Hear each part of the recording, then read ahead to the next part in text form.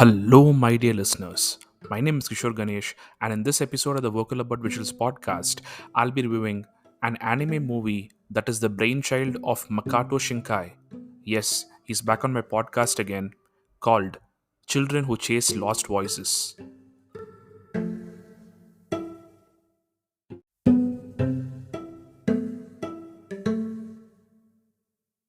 Children Who Chase Lost Voices has all the elements of what I now realize are integral to Makato's films: a young heroine, supernatural elements, a life changing and perilous journey, and a coming of age story. This film, released in 2011, and I caught this now as part of a recent Makato Shinkai Film Festival. And what is evident when I compare this film and Suzume, that released this year, a review pod for which has been out on my channels for a while now, plugged done and back to the review. Yes, what is evident when I compare this film, Children Who Chase Lost Voices, and Suzume is the refinement that Makato's craft has attained over the past 12 years. The soul of the two films still do stir you, no doubt about that, but somehow Children Who Chase Lost Voices feels a bit more raw than Suzume.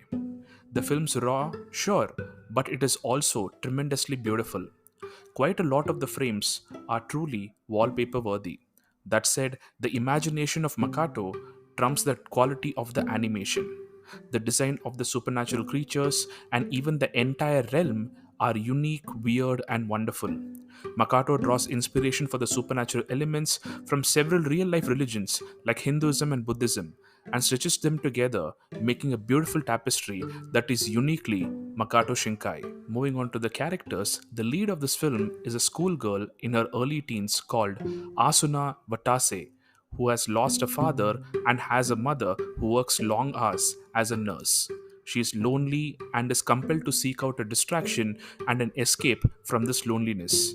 It is this search that sets off the story, and it is this strong emotional core that keeps us, the audience, engaged throughout the runtime. This film is a very external representation through the medium of Makato's imagination about dealing with loss and how we must all eventually reconcile ourselves with it.